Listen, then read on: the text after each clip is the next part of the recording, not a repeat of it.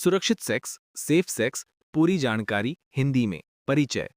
Sex इंसान के जीवन का एक स्वाभाविक और महत्वपूर्ण हिस्सा है, लेकिन अगर इसे बिना सावधानी और जागरूकता के किया जाए तो ये न केवल शारीरिक बल्कि मानसिक और सामाजिक समस्याओं का कारण भी बन सकता है।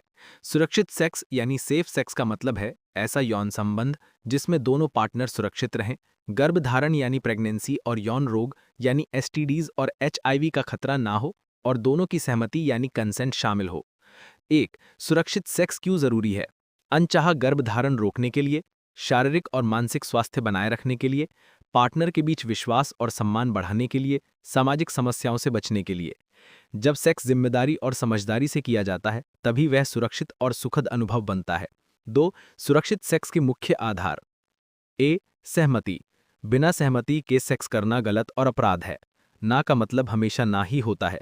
सुरक्षित सेक्स की शुरुआत आपसी सम्मान और सहमति से होती है। B, protection.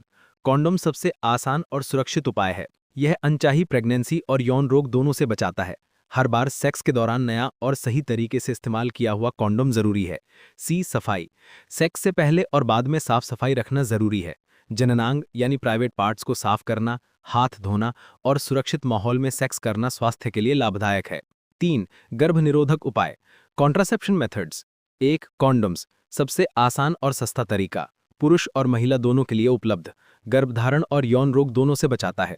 दो, मॉर्निंग आफ्टर पिल यानी इमरजेंसी कॉन्ट्रासेप्टिव पिल्स, अनचाहे सेक्स के 72 घंटे के भीतर ली जाती है, नियमित उपयोग के लिए नहीं, सिर्फ आपातकाल यानी इमरजेंसी में। तीन, ओरल कॉन्ट्रासेप्टिव पिल्स यानी बर्थ कंट्रोल पिल्स, रोजाना लेनी पड़ती है, गर्भधारण से बचाती है लेकिन यौन रोगों से नहीं।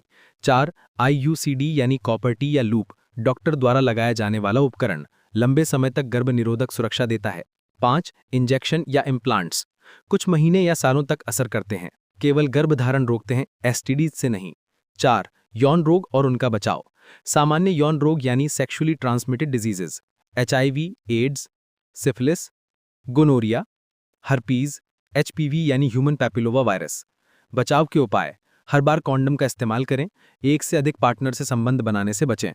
किसी भी लक्षण जैसे खुजली, घाव, जलन, असामान्य डिस्चार्ज दिखने पर तुरंत डॉक्टर से मिले।